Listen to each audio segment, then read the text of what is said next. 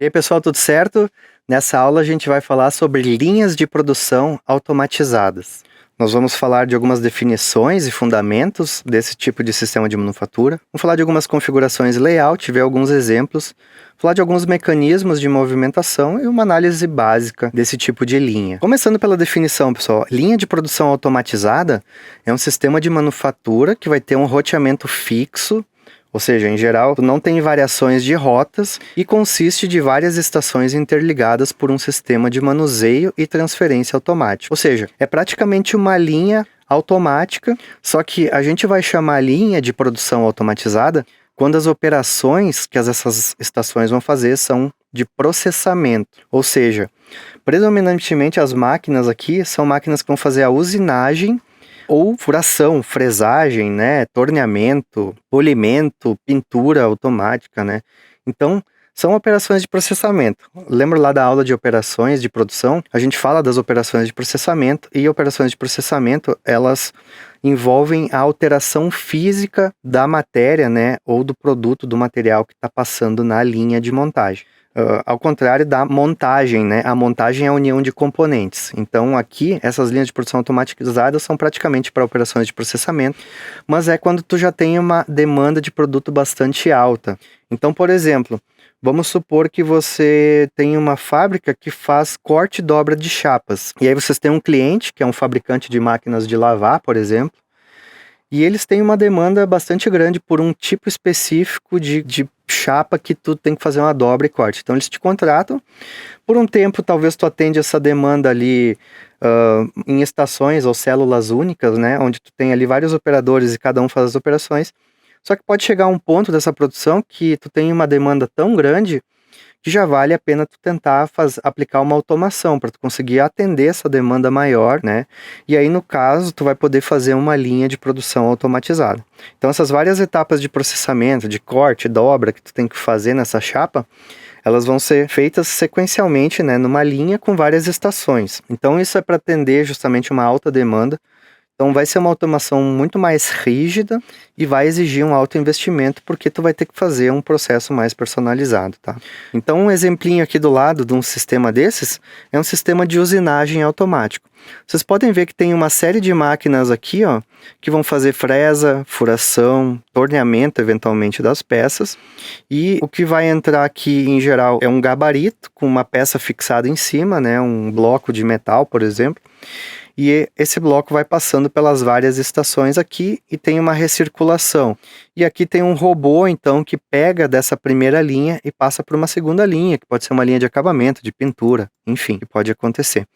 Então, vocês podem ver que tem uma linha bem organizada aqui, as estações todas alinhadas e esse produto vai passando nas estações. Então, pessoal, também outra questão importante para a linha de produção automatizada é quando um produto é estável, ou seja, ele, por muitos anos esse produto vai ficar no mercado, tá? Para justificar o investimento grande que tu tem que fazer em construir todo esse sistema de manuseio aqui, né, específico para o produto. E múltiplas operações necessárias. Então é um produto que muitas vezes não consegue resolver numa célula única, né, não é só uma ou duas dobras. Tu tem uma série de ajustes. Então eu vou trazer uns exemplos de vídeos aqui para a gente poder ver isso acontecendo. Além disso, né, tem a questão da transferência das unidades. Então tu vai ter que fazer o projeto de um sistema mecânico aí que vai conseguir transportar essas peças, né, entre uma estação e outra. Por isso a gente vai usar bastante gabaritos, né, ou pallets para fixar em cima, porque a gente precisa de um posicionamento preciso para fazer essas dobras, né. Geralmente a tolerância é bem pequena aqui. E tu vai usar muitas vezes robôs e alguns sistemas para garantir o alinhamento, né, e a orientação de cada uma dessas peças que está passando no produto, passando na linha. Quais são os benefícios de usar um sistema desses? Tu vai reduzir bastante a questão da mão de obra, tu vai diminuir o custo do produto significativamente no longo prazo, tu vai ter um lead time baixo, um WIP baixo também. Isso quer dizer que o tempo de produção é baixo e a quantidade de produto estocado ou armazenado também se reduz. Tu vai reduzir o espaço físico da fábrica. Pensem nesse sistema aqui do lado. Se a gente tivesse várias células, né, com várias pessoas, e cada pessoa ali, cada operador está trabalhando na sua célula, tu vai ter que ter entre essas células uma série de espaços, né, os sistemas de armazenamento temporários, onde vão ficar os produtos que estão passando. Aqui praticamente tu não tem isso, né? Então tu reduz bastante o espaço físico, consegue uma alta taxa de produção também. Então, pessoal, o modelo é a linha, né? Então a gente vai ter várias estações em paralelos e um sistema de manuseio aqui que vai estar lançando uma peça base e lá na saída da linha saem as peças completas. Então a gente usa as fórmulas de cálculo de tempo de ciclo para a linha, onde o tempo de ciclo, né, seria o tempo entre sair um produto e outro aqui, é basicamente o tempo da operação gargalo mais o tempo básico de reposicionamento aí de movimentação, tá? Depois eu mostro para vocês. Então a configuração em linha, em geral, vai ser bastante utilizada, mas a gente pode utilizar formatos diferentes quando a gente precisa fazer uma reorientação da peça. Ou seja, essa peça ela não muda de posição, de orientação na linha, ela se mantém, e aí tu usa essas várias estações e o próprio layout para fazer operações em lados específicos aqui dessa peça que está passando. Então aqui a gente tem um exemplo de um sistema automático de usinagem, tá? Esse sistema, basicamente, ele pega algumas chapas, essas chapas de aço entram, então, nesse sistema, vocês podem ver que tem várias esteiras e mecanismos rotativos aqui para alimentar, e essas chapas, então, elas são posicionadas e sofrem ali uma série de dobras, né? Vocês podem ver que tem a prensa hidráulica aqui, que faz uma dobra, depois já faz outra também, né? E o sistema de manuseio vai colocando nas posições certas ali que são necessárias. Então, é uma combinação bem grande, assim, de máquinas que vão fazer as operações de dobra, de furação e mecanismos de posicionamento bem precisos aí para garantir a posição, né, a fixação e também que vai segurar a peça no lugar com uma força suficiente para que as máquinas consigam operar, né, sem ter risco de soltar a peça no meio, né, ou danificar essa peça. E aí essa célula vai passando, né, esse produto em várias etapas. Vocês podem ver os vários mecanismos aí, né, mais alguns mecanismos para segurar. E aí vai passando então nas prensas que vão fazer as dobras e tudo mais. Reparem no movimento síncrono aqui, né, entre as estações, com um pouquinho de reposicionamento ali para garantir a precisão, e depois essas chapas saem dobradinhas ao final. Beleza, também é possível fazer a configuração rotativa para alguns produtos, que tem aí menos operações, né, acontecer. Um exemplo que a gente vê aqui na Serra Gaúcha é na Tramontina aí para fazer o polimento das panelas. Então a panela entra ali e passa por várias estações de polimento, sendo que cada estação aqui vai fazer o polimento na parte interna, na parte externa, numa parte mais de cima ou debaixo da tampa, né, ou da panela em si. Então tu tem as várias estações para garantir que o polimento vai acontecer, né, em todas as partes da panela de maneira adequada. E é uma máquina relativamente grande aí, que tem 4, 5 metros de diâmetro, né, para fazer essas operações. Além disso, pessoal, a gente vai precisar, em geral, nessas linhas de um movimento contínuo, mas não é o mais comum. Assíncrono também não é comum, onde as peças se movem livremente. Geralmente a gente utiliza movimento síncrono. Como vocês viram ali no vídeo de exemplo, né? Todos os movimentos acontecem num determinado momento, assim, específico. Para fazer um movimento síncrono, em geral a gente usa servomotores para fazer essa movimentação precisa. Motores de indução com alguns sensores de posição também, né? Algum encoder também pode ser usado.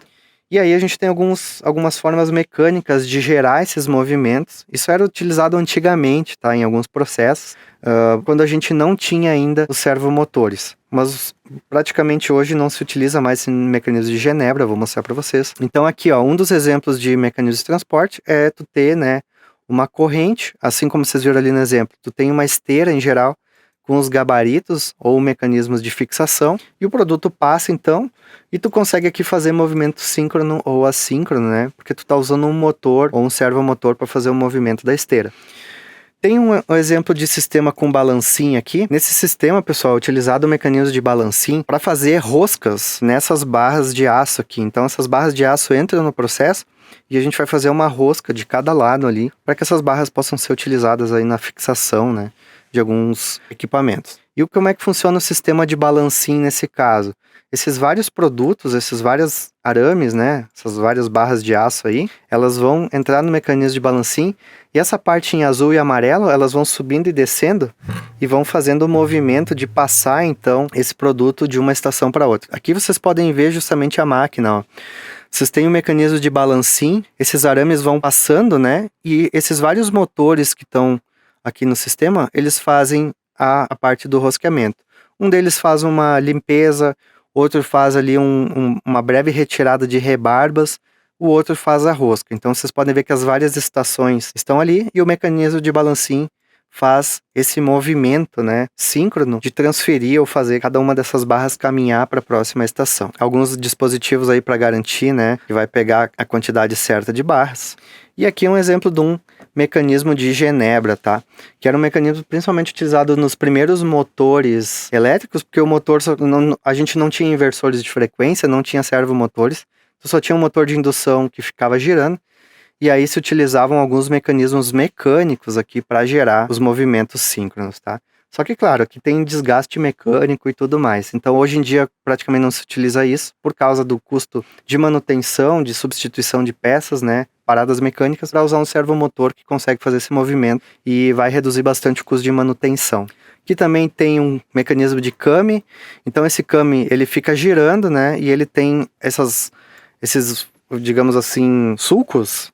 Sulcos é uma palavra boa, que vão se encaixar nesses pinos e gerar esse movimento síncrono também. O que a gente vai ter que controlar numa linha dessas, pessoal? Bom, a maioria das operações aqui, elas envolvem, então, a movimentação. Então, em geral, o CLP vai estar preocupado em coordenar a sequência da movimentação das peças, né, entre as unidades, e em dar comandos para, por exemplo, a prensa hidráulica baixar, né, fazer o movimento dela, ou para a furadeira fazer um movimento de furação. Então, e também esse controlador, ele vai precisar receber sinais dessas máquinas para dizer quando essas máquinas estão prontas com a sua tarefa para liberar a próxima peça. Então aqui o CLP ele tem muito mais uma função de coordenar cada uma das estações para sinalizar quando tem que acontecer a operação e também para receber algum sinal de confirmação que a operação aconteceu com sucesso das máquinas, né? E também controlar então a movimentação desses servomotores, acionar os pistões, acionar os motores. Além disso, monitorar a segurança, ou seja, usar sensores que vão conseguir identificar alguma condição de falha, de falta de peça, né? E também fazer a parte do controle de qualidade, que é o quê? Usar alguns sensores para inspecionar se as peças estão chegando ou estão sendo fabricadas adequadamente, identificar quebras de ferramenta, contar quantas peças foram produzidas, monitorar os tempos também. Bom, pessoal, quando a gente tem linhas sem buffer de armazenamento temporário, a gente vai fazer as seguintes considerações, então. A gente pode usar aquela fórmula básica de linha, onde o tempo de ciclo vai ser o tempo máximo, né, entre todas as estações, mais o tempo de reposicionamento, mas em muitas aplicações a gente vai colocar buffers intermediários também. E aí tem toda uma série de equacionamentos para esse tipo de caso. Eu não vou chegar a entrar nos equacionamentos, mas nos livros do Groover e nos livros de produção geralmente tem alguma coisa nesse sentido, né? De como é que a gente trabalha o tempo de ciclo quando a gente tem buffers internamente. Mas em geral, se a gente não tem buffers, o tempo de ciclo vai ser dado pelo tempo de reposicionamento mais o tempo máximo entre todas as estações, né? A estação de gargalo.